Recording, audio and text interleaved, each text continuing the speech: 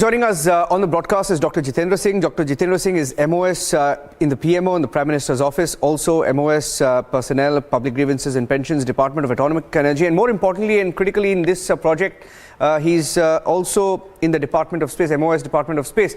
Dr. Jitendra Singh, you're there, and I know you're in Chennai. You will be monitoring this launch tomorrow closely. What does this liftoff mean for our space program?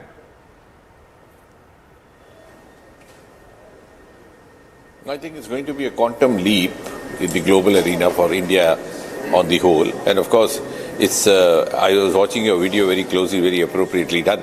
It is a tribute to the perseverant effort of a succession of successive generations of space scientists, beginning from Vikram Sarabhai, and also a compliment to the enabling milieu which was provided by Prime Minister Narendra Modi when he decided to unlock the space sector just for 3-4 years back, because just before that you wouldn't have a program like this, because we were functioning behind a wheel of secrecy. Sriharikota was a forbidden territory.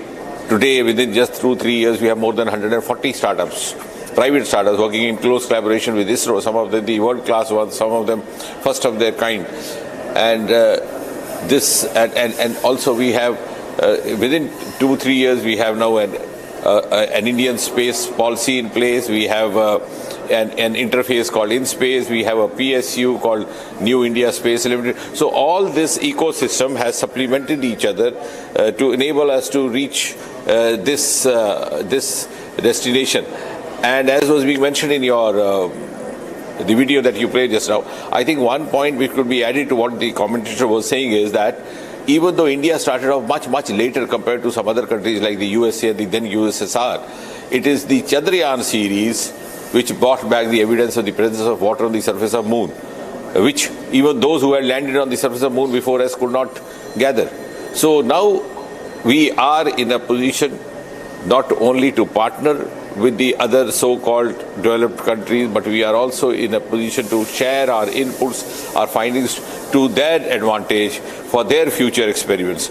So I think that's a huge lot of difference with that. It's been an amazing journey, beginning from meager resources when you would see those archive photographs of Vikram Sarabhai carrying the launcher vehicle on the carrier of his bicycle. And today we have, you just now witnessed in the recent visit of Prime Minister Modi to Washington DC, when there was an agreement pertaining to the International Space Station, the NASA astronauts soliciting Indian astronauts to accompany them to the International Space Station. So that is the kind of value addition that has been done. And I think as a whole, if we call of Amrit Kaul, when we talk of the next 25 years, the ascent of India has begun.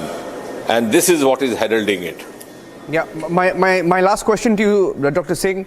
In the light of last week's MOU that ISRO has signed with counterparts and private corporations around the world, now what does that mean for India's space program? You briefly mentioned it.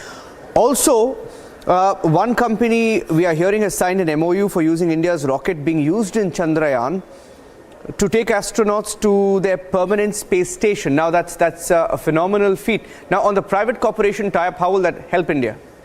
Where does that place India? No, I think I think in the times to come, this demarcation between the private and public is going to vanish away. And if we have to grow, we have to grow in a synergized manner. And I'm glad Prime Minister Modi has been very supportive of this school of thought, of coming out of silos and working as a whole in an integrated fashion.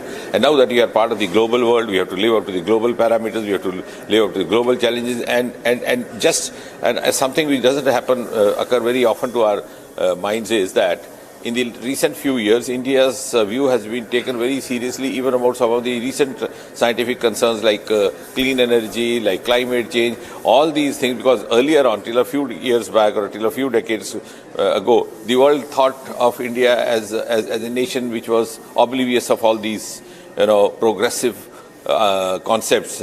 They were beset with their own set of problems of drought, floods, etc. But it's Prime Minister Modi who in COP26 declared that we would be net zero by 2070. So now we are in a position where we are ready to give a lead to the rest of the world in more areas than one.